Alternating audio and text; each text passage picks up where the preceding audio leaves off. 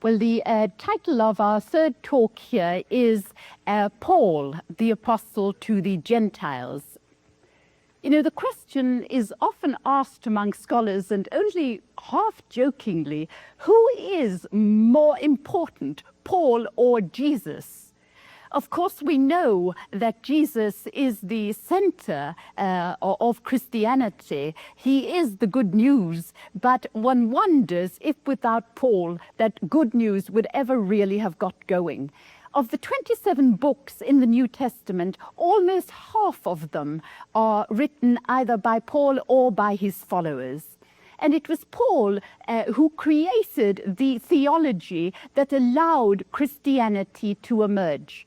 The development of Western civilization, as I have said earlier, is synonymous with the development of Christianity. So Paul becomes one of the most important figures in history.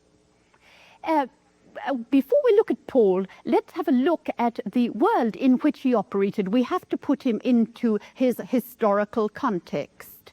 It was the Roman world. The Roman Empire, one could say, was at its height. The Roman Empire had come into existence in about the year 27 BCE, and it stretched from the Atlantic to Syria. It encompassed Spain and all of North Africa. The major cities at the time would have been Rome, which would have had a population possibly of 1 million. Alexandria down there in Egypt would have had about 500,000. Other important cities would have been Ephesus, right there on the coast of what is now Turkey. Antioch in Syria was an important town. Incidentally, you will notice there are a lot of towns called Antioch. Why are they called Antioch? Because of that megalomaniac Antiochus IV. Remember, we've mentioned him earlier. He liked to call towns after himself. So you have Antiochs all over the place. But it's the Antioch up there in Syria that becomes an important one for us. It was here that these people were first called Christians. It was an important town. Towns of lesser importance would be places like Philippi, Thessalonica, Corinth, and many other towns that we meet up with here in the New Testament. The Romans had a genius for government. They weren't really creative. They didn't create a great deal, but they were wonderful soldiers, and they governed their Roman Empire very, very well. They divided it up into provinces where they had Roman governors in charge. The population was varied. It wasn't any melting pot, not like we have here in America. There would have been dioceses of Gauls living in places, dioceses of Parthians, dioceses of Greeks, dioceses of Jews who did not intermarry with each other. They would have been a sort of melting pot of ideas, but they tended to marry into their own tribe. Many of these people were Roman citizens. Many were freedmen. You could buy your way out of slavery or earn your way out of slavery, but a great number of them were slaves who had no civil rights. This was, however, an Hellenistic world. While the Romans were in charge, the culture was predominantly Greek. And Greek culture, one could say, was derived from Greek philosophy, particularly from Platonic dualism. Plato had posited the idea of there being a transient world, of there being two worlds, an abstract world of ideas that was way out there, of which this world was simply a reflection. Somewhere out there, there was a perfect chair, a perfect table, a perfect man, a perfect woman. All of these things that we see are only reflections of what is perfection somewhere out there. And he had also given us, he told us this world, the perfect world, or the real world, is only perceptible through reason. Plato also believed in the principle underlying all of creation, which is called the Logos, Logos. He also believed in the immortal soul, and that a good person will discipline his body and his emotions in order to achieve virtue. So intellectuals in the Roman world would find themselves attracted by Greek philosophy. At the time of Paul, the two most prevalent Greek philosophies would have been Stoicism and Epicureanism. Now, what were Stoicism and what were Epicureanism? Stoicism emphasized order and morality. Like the earlier Greek philosophers, they believed in the divine principle underlying all of life, the logos. This was an intelligence that unified everything in the world. They also believed that each soul had a spark of the logos in it. Some believed in personal immortality, some did not. The Stoics were great disciplinarians. They were unemotional, they were apathetic, they really didn't do anything that was fun, and that's a bit of a pity because we find that this does seep somehow or rather into Christianity. Christians do pick up a little bit of this. Asceticism was not a value among Judaism, and we should remember that. The Epicureans, who were they? Well, generally, they promulgated the idea, the philosophy of pleasure, freedom from pain. One should enjoy everything that there was to enjoy. It wasn't really as simple as Paul puts it somewhere, eat, drink, and be merry, for tomorrow we die. They weren't really into sensual pleasures. That was such a bother. It could cause pain. So instead, they were into things that were the enjoyment of the mind. In fact, they said it's far better to stay home and tend your cabbages than to get too involved in sensual things. But their philosophy, however, was to grasp the day, carpe diem. They thought that the soul itself dissolved into nothingness at death, so you made the most of what there was to make in this life. All attempts, unfortunately, of scholars to try to show that Paul synthesized Greek philosophy with Judaism to produce Christianity, this has been abandoned. Paul did not do that. He probably knew Greek philosophy. He would have picked up some of it during the course of his life, and particularly in his early life. But that isn't where Paul's genius lay. Paul's genius is in the way in which he adapted Judaism to a Gentile audience. Now, what was Rome? So much for Roman philosophy. What about religion? What was there in the Roman world at the time of Paul? Well, the Romans allowed freedom of established religions. Judaism was an established religion, and Jews were allowed to freely practice their religion. However, the predominant religion of the Roman world was the worship of the Capitoline gods, the worship of people like Jupiter and Juno and Mercury and Venus and the rest of them. And people took this seriously. We have a tendency to think that this is something people didn't take too seriously, but let's not forget that these gods were much older.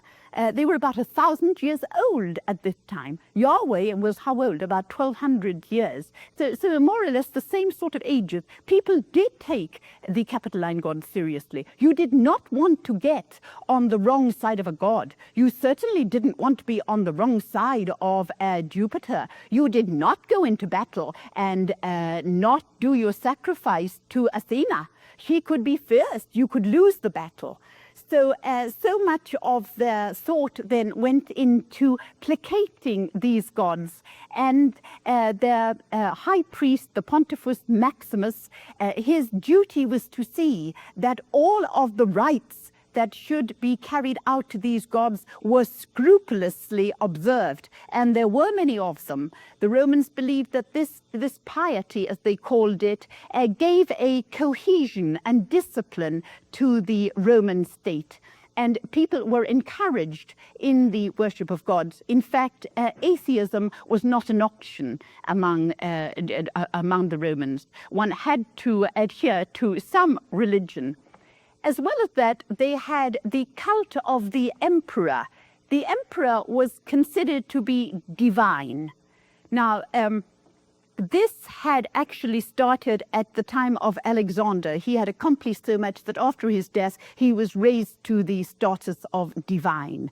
Then when Augustus accomplished as much as he did, he was regarded as the divine Augustus. And if you were a governor in the provinces and you wanted to curry favor with an emperor, then you would build temples to your emperor. Now, Augustus didn't encourage this. He didn't particularly like it.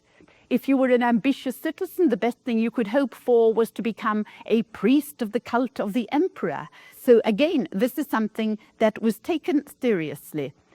Some of the Roman emperors took their divinity more seriously than others. Augustus didn't particularly, didn't like it.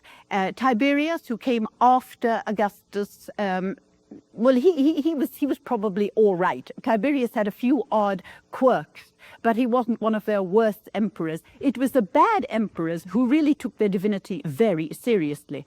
Caligula, who was there for a few years in the early 40s, was totally insane. And his divinity was to be taken seriously by everybody. He was the one who wanted his statue put in the Holy of Holies in Jerusalem. He made his horse into a senator and into a priest.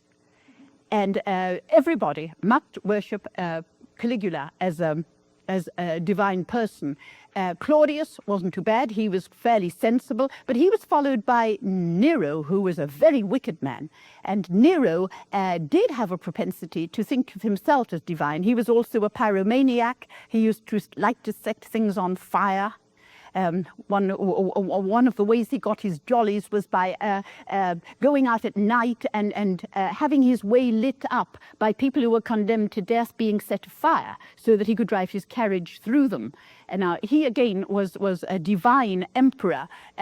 Vespasian and Titus weren't too bad, but Domitian, who came after Titus and who was his brother, certainly took his divinity very seriously. All people had to regard him as Lord God Emperor and address him as Lord God Emperor. And if they didn't do that, they were quite often put to death. And we'll find that persecution of people starts in the provinces only at the time of Domitian, when he's insisting on his own divinity. So we have this cult of the emperor as divine then, but as well as that, there are other cults that have come in from various parts of the empire, that have come in from places like Greece and from Egypt and from Persia, that were quite popular. We have the cult of Dionysius, for instance. Now, who is Dionysius? He was the god of wine. And if you remember from your Greek mythology, he'd been killed by the Titans, but then he had been resurrected by Zeus.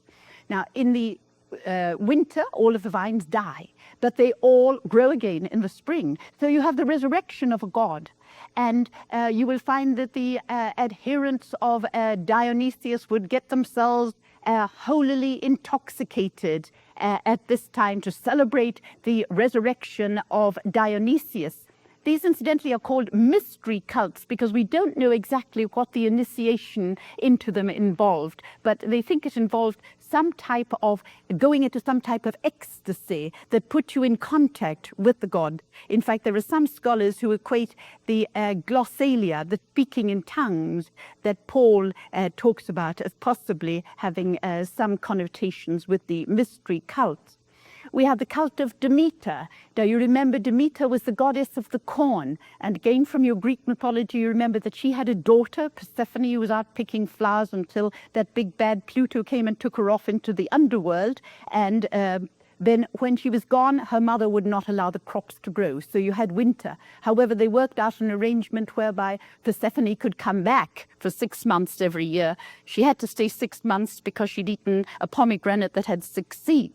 Obviously, that explained everything clearly, didn't it? But she was resurrected in the spring, and then we have another god being resurrected. Again, you have the cult of Orpheus. You remember that story? He went off into the underworld to try to get his wife Eurydice back, but curiosity overtook him, and he didn't quite succeed.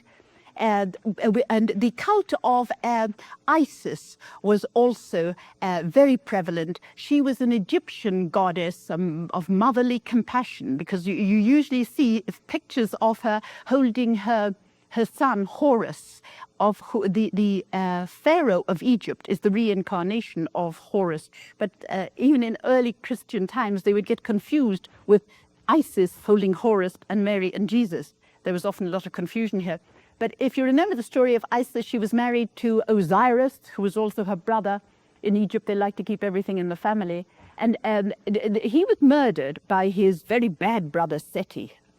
Osiris was very good, and Seti tricked him into sitting in this coffin and then threw him into the Nile.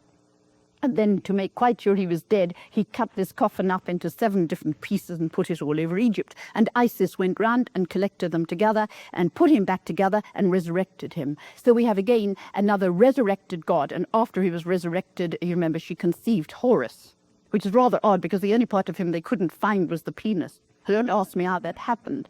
Anyway, Osiris does remain also the god of the dead, and adherents to the cult of Isis would be guaranteed eternal life, because here you've got Osiris who was going to take care of them after death. Well, I mentioned these. They are rather important because all of them deal with the idea of an afterlife and resurrection. So it does make a sort of fertile territory for the Christian message. Okay, to get back to Paul and his life, how do we know about Paul? We know about Paul from 2 different sources. Number one, from his letters, from the letters of Paul, and we also know about him from the Acts of the Apostles, written by Luke, who may well have been one of his disciples. Luke seems to give us little details that the letters miss out on. He was born a Roman citizen in Tarsus in Cilicia.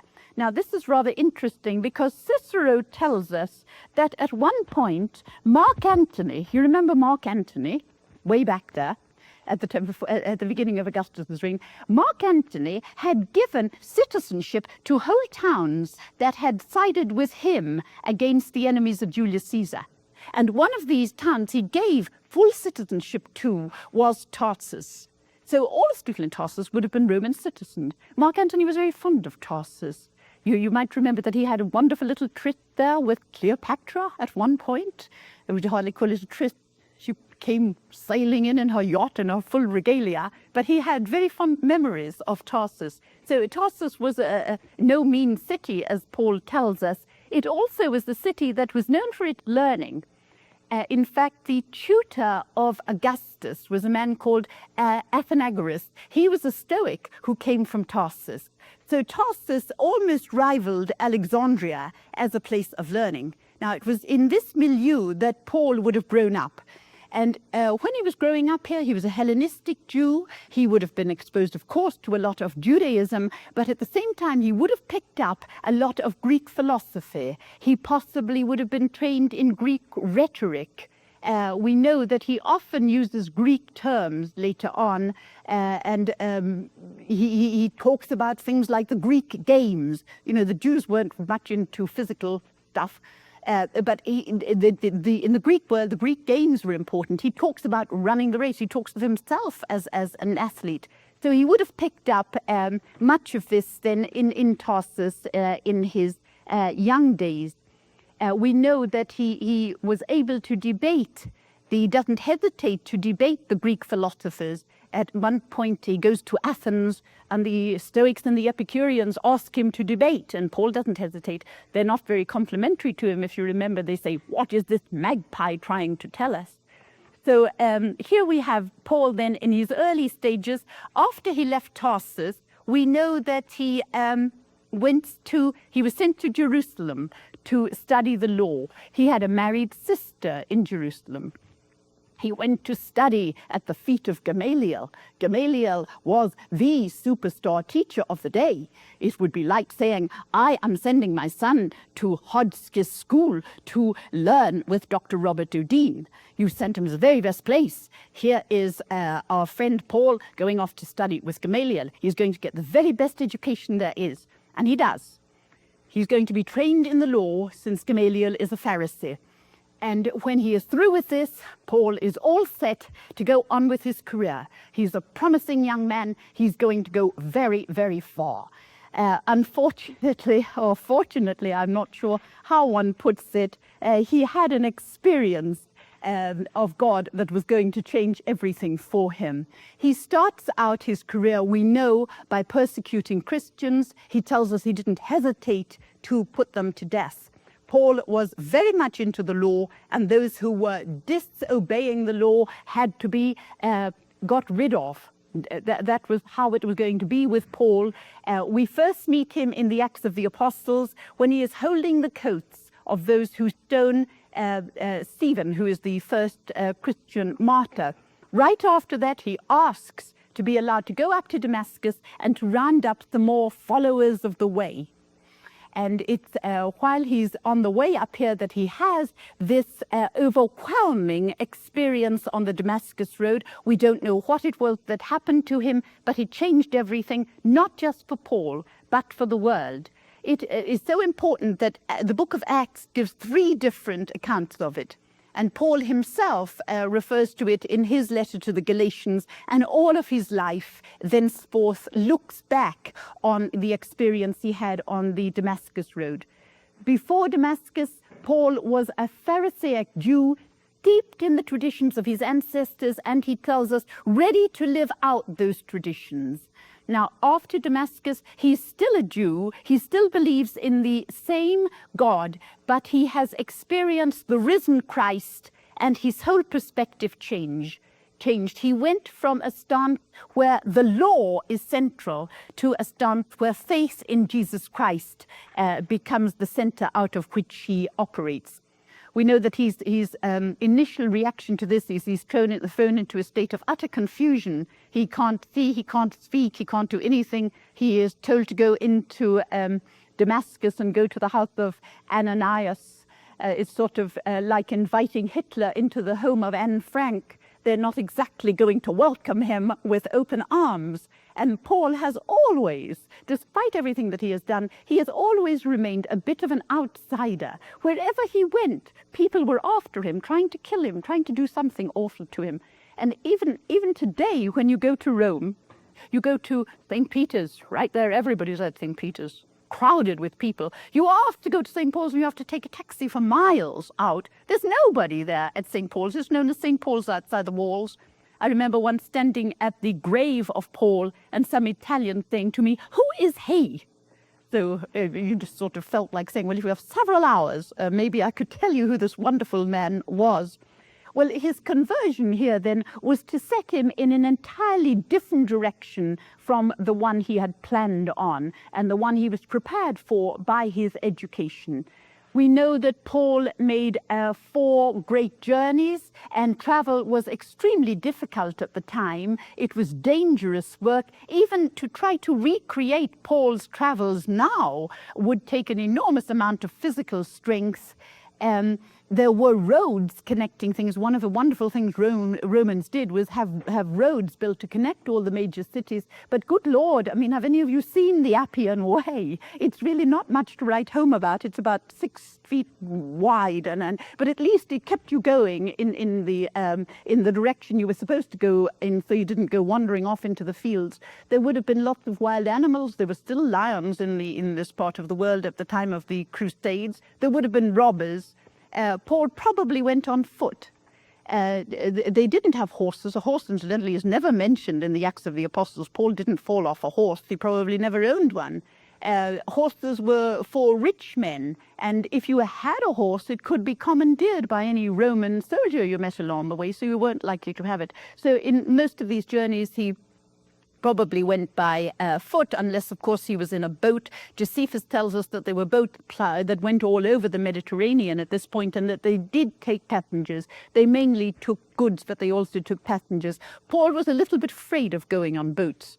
But he did sometimes go on a boat when he was making an outward journey. Coming back, he invariably went by foot. One of these days, you should try to trace his journeys here. They're rather interesting. That first journey that he made, he makes with Barnabas and with Mark, possibly the Mark who is later going to write the Gospel. Who was Barnabas? Barnabas was a big person in the church at Antioch. Barnabas had sold his farm in Cyprus and given all the money over to the early church. So people admired Barnabas greatly. And he was a Paul was his protege, and he went with him on his first journey. It's obvious that the itinerary was set by Barnabas, because where's the first place they go to? They go back to Cyprus, where Barnabas knew everybody. And in fact, they convert the governor there, a man called Sergius Paulus.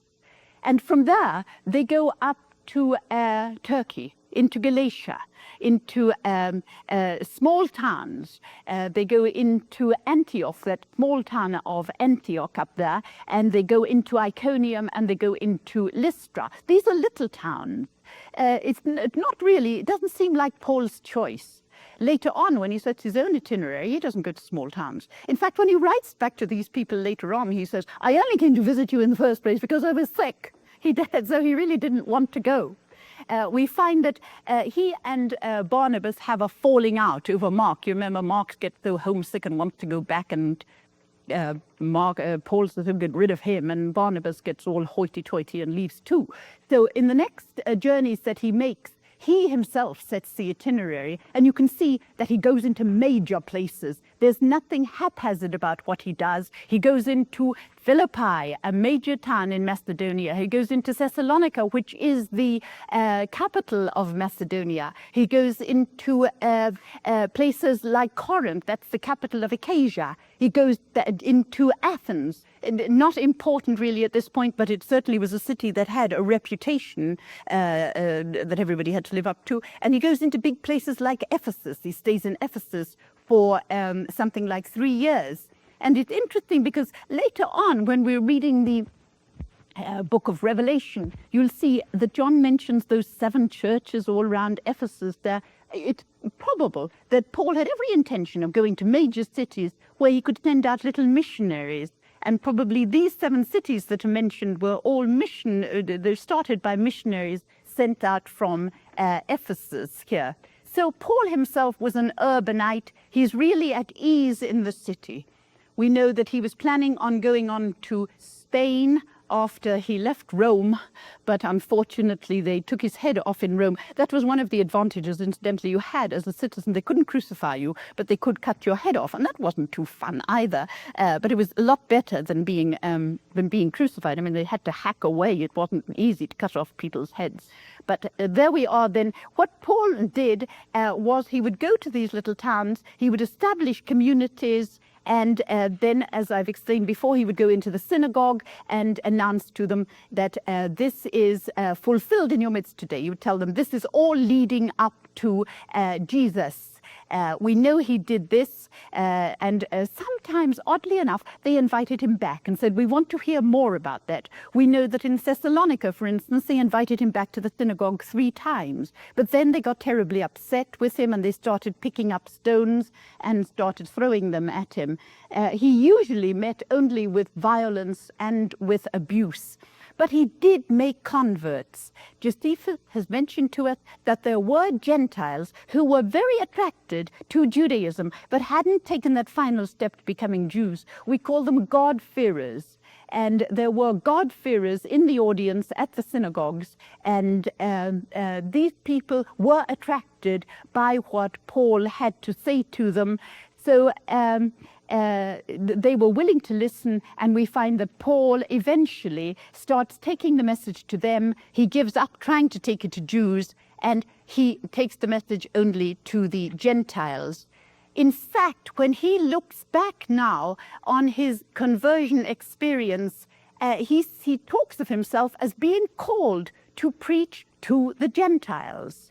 And he talks about this in a way as though it were a prophetic call. Now, we've talked about the prophets just very briefly, that being called to be a prophet isn't really any fun. Nobody likes to go and tell people what's wrong with them. And if we were to read the accounts of all the prophets in the Old Testament, none of them wanted to do what they had to do.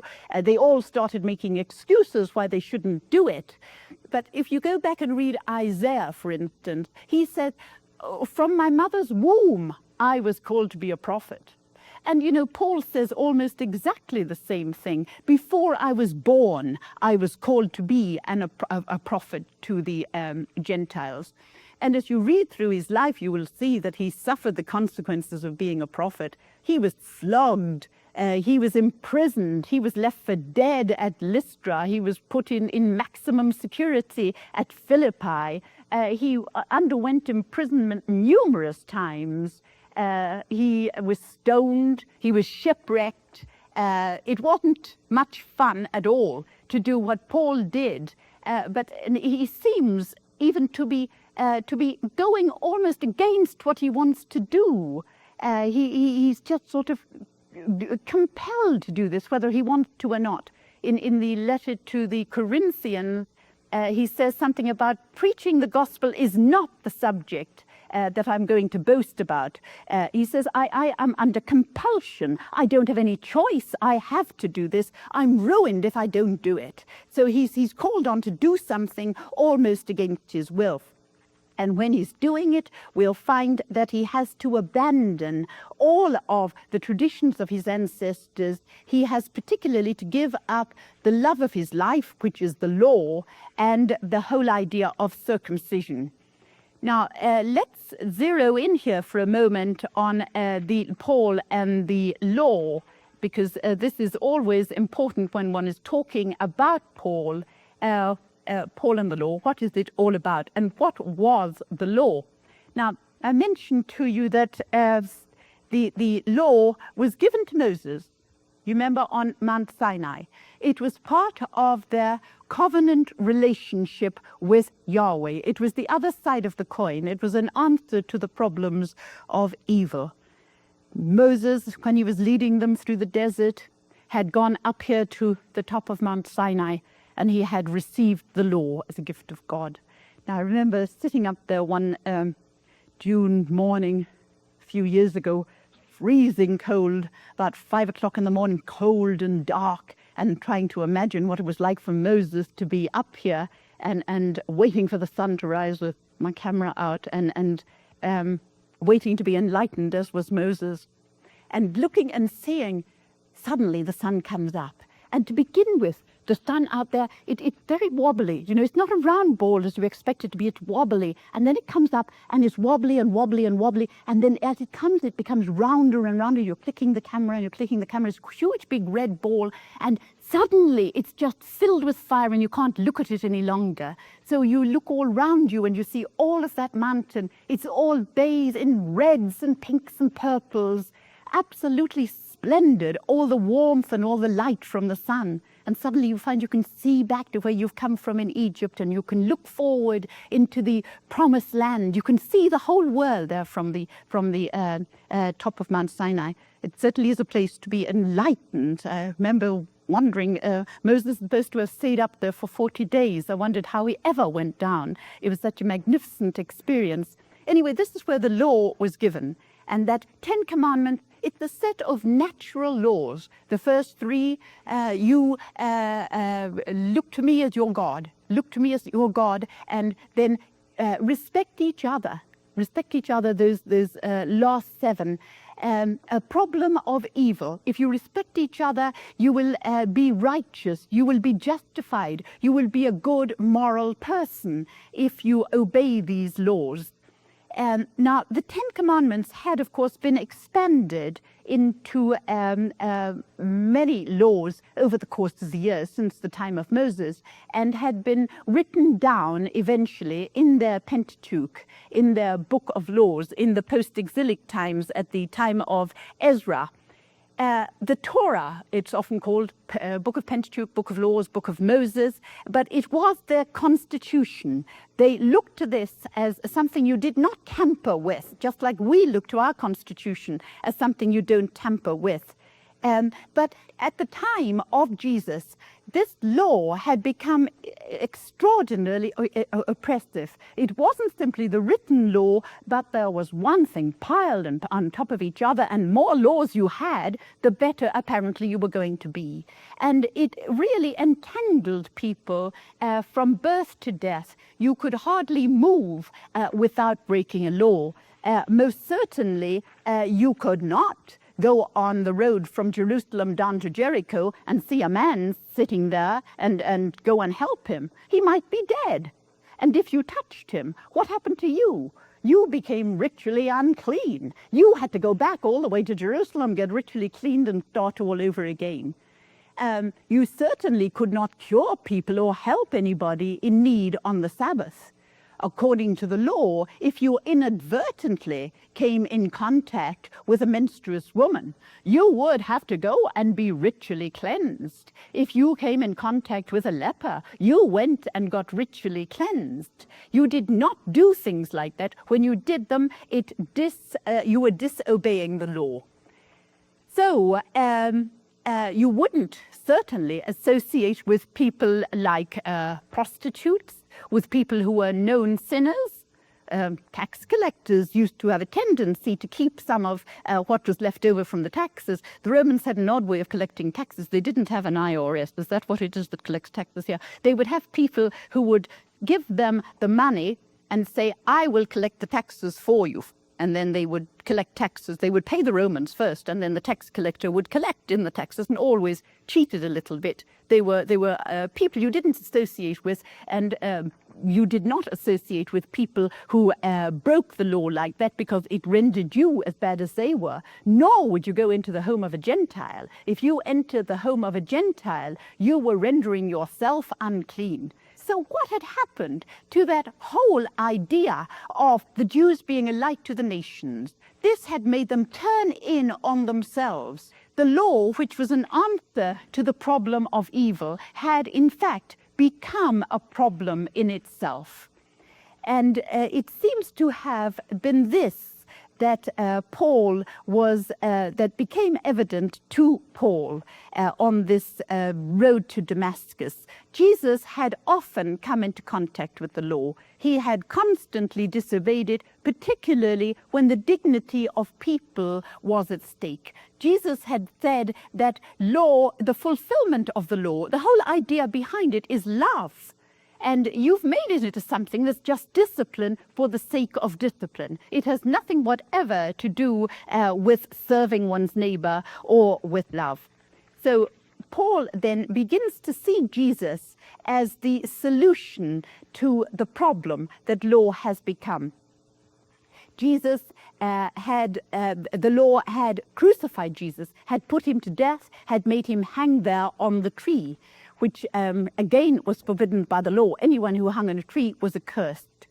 Paul saw as the answer to this something that had been an earlier part of Judaism, which was faith. He talks about faith as being there before the law. Abraham had been a man of faith. Faith had allowed Abraham to go out there on a limb. It had allowed, and this is what had saved him. Only by faith, Paul concluded, could one be freed. As long as you held on to the law, you were crippled in what you could do. But once you let go of it, then you were going to be free to become a loving, kind, patient, chaste person. He mentions all of this in the 5th chapter of Galatians. So faith is the opposite of the law. Faith didn't come, it wasn't self-confidence. Faith wasn't self-assurance. Faith wasn't wisdom or power. In fact, the main ingredient of faith was weakness, according to Paul. You had to be weak enough so that God then could operate in one. And only in weakness, Paul says, can God's grace operate. In weakness, he tells us the power of God is manifest, and this faith is mainly expressed in community. It frees you to be part of community, to go out to others rather than to turn in on oneself. So another great theme of Paul's, of course, is the building up of the mystical body, which he developed in Romans and in Corinthians. And at the base, of course, of all of this is love, the fulfillment of law, which he developed so wonderfully in his letter to the Corinthians. Now, circumcision was also a question that Paul had to deal with. Circumcision was done on Jewish male babies at the age of 8 days, before they had time to do anything about it, but before they knew what was happening to them.